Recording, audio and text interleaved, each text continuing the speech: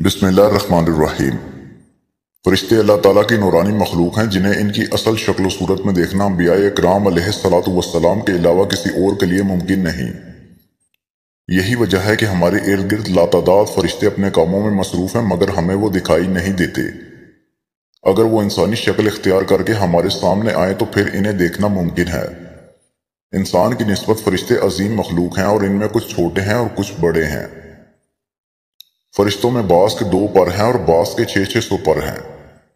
قرآن کریم میں ارشاد پاک ہے کہ اللہ تعالیٰ ہی کے لیے تمام تعریفیں ہیں جو آسمان اور زمین کا پیدا کرنے والا ہے، اور 2-2 3-3 4-400 پروں والے فرشتوں کا اپنا قاصد پیغمبر بنانے والا ہے۔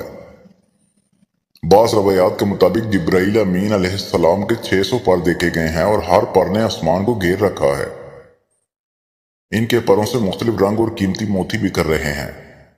وہ فرشتے جنہوں نے عرش اٹھا رکھا ہے، ان کے قد و قامت کے بارے میں سیدنا انس رضی اللہ تعالیٰ عنہ سے مروی ہے کہ رسول صلی اللہ علیہ وآلہ وسلم نے ارشاد فرمایا، عرش کو اٹھانے والے فرشتوں میں سے ایک فرشتے کے بارے میں مجھے یہ بتانے کی اجازت دی گئی ہے جس کے پاؤں سب سے نچلی 7ویں زمین پر ہے اور اس کے کندھوں پر عرش ہے۔ اس کے دونوں کانوں اور کندھوں کے درمیان اتنی دوری ہے کہ اسے طے کرنے کے لیے پرندے کو 700 سال کی پرواز چاہیے۔ وہ فرشتہ کہتا ہے، یا اللہ تو پاک ہے جہاں بھی ہے اور جہاں بھی ہو۔ اللہ تعالیٰ نے فرشتوں میں شادی بیاہ کی حاجت نہیں رکھی، اس طرح انہیں کھانے پینے سے بھی بے نیاز کر دیا ہے۔ اس کی وضاحت قرآن مجید میں مذکورہ سیدنا ابراہیم علیہ السلام کے اس واقعے سے ہوتی ہے جس میں ہے کہ ابراہیم علیہ السلام کے پاس فرشتے آئے تو آپ علیہ السلام ان کے لیے فوراً گوشت لے کر آئے مگر انہوں نے اسے تناول نہیں کیا۔ اللہ تعالیٰ نے فرشتوں کو بیماری، سستی، کاہلی، دکھ، تکلیف، تھکاوٹ اور اکتاہٹ میں وغیرہ سے محفوظ کر رکھا ہے۔ وہ دن رات اللہ کی اطاعت میں اپنے کاموں میں مصروف رہتے ہیں۔ قرآن مجید میں بیان ہوا ہے کہ آسمانوں اور زمین میں جو کچھ ہے اسی اللہ کا ہے، اور جتنے اس کے پاس فرشتے ہیں وہ اس کی عبادت سے نہ سرکشی کرتے ہیں اور نہ تھکتے ہیں۔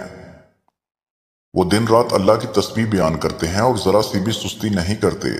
فرشتے تقریباً عام طور پر آسمانوں میں رہتے ہیں جو صرف اللہ کے حکم سے مختلف کاموں کے لیے زمین پر اترتے ہیں اور پھر واپس آسمان پر چلے جاتے ہیں۔ قرآن مجید میں ایک مقام پر خود فرشتوں کی یہ بات مذکور ہے، ہم تیرے رب کے حکم کے بغیر نہیں اترتے۔ فرشتوں کی تعداد کتنی ہے اس کے بارے میں کوئی تفصیل نہیں ملتی، کیونکہ اللہ تعالیٰ کا فرمان ہے، تیرے رب کے لشکروں کو اس کے سوا اور کوئی نہیں جانتا۔ بعض احادیث سے معلوم ہوتا ہے کہ فرشتوں کی تعداد بہت زیادہ ہے، بلکہ اندازہ ہوتا ہے کہ انسانوں اور جنوں سے بھی تعداد میں زیادہ ہیں۔ سیدنا ابو ذر رضی اللہ تعالیٰ عنہ سے مروی ہے کہ رسول اللہ صلی اللہ علیہ وآلہ وسلم نے فرمایا، آسمانوں میں کہیں 4 انگلیاں جگہ بھی ایسی نہیں جہاں کوئی نہ کوئی فرشتہ سجدہ ریز نہ ہو۔ سیدنا عبداللہ بن مسعود رضی اللہ تعالیٰ عنہ سے مروی ہے کہ اللہ کے رسول صلی اللہ علیہ وآلہ وسلم نے فرمایا، قیامت کے روز جہنم کو اس حال میں لایا جائے گا کہ اس کی 70 لگامیں ہوں گی، اور ہر لگام کے ساتھ 70,000 فرشتے ہوں گے جو اسے کھینچ کر لا رہے ہوں گے۔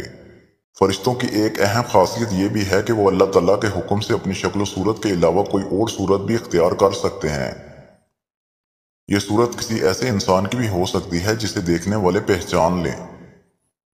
انسانوں کے علاوہ کسی اور جاندار کی صورت اختیار کرنے کی فرشتوں کو طاقت ہے یا نہیں، اس کے بارے میں قرآن و سنت میں کوئی صراحت یا ذکر نہیں ملتا۔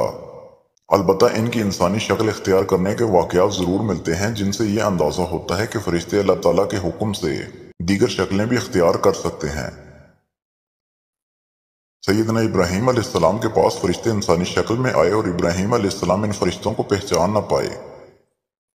پھر فرشتوں کے بتانے پر آپ علیہ السلام کو معلوم ہوا کہ یہ انسان نہیں بلکہ فرشتے ہیں۔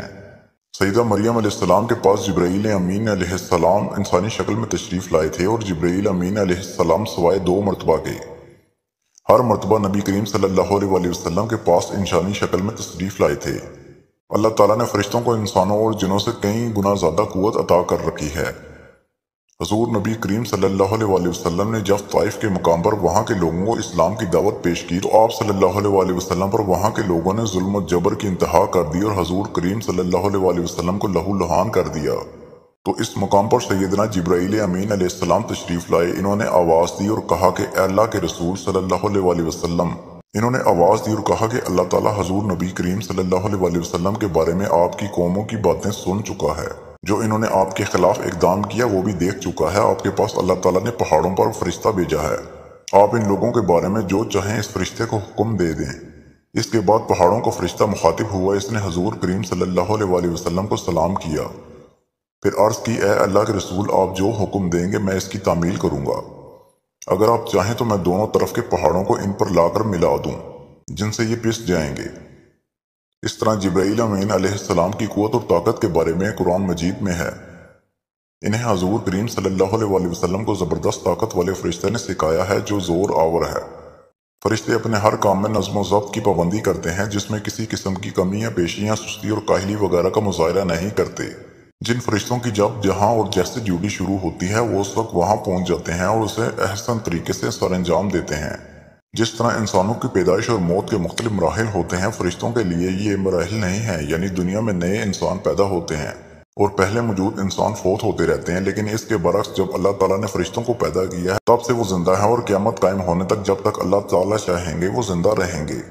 تب تک اللہ تعالیٰ کی طرف سے انہیں جو ذمہ داریاں دی گئی ہیں انہیں احسن طریقے سے وہ پورا کرتے رہیں گے، لیکن جب قیامت آئے گی تو یہ فرشتے بھی موت سے دوچار ہوں گے۔ پھر ایک ایسا وقت آئے گا جب کائنات میں اللہ تعالیٰ کے علاوہ کوئی چیز موجود نہ رہے گی۔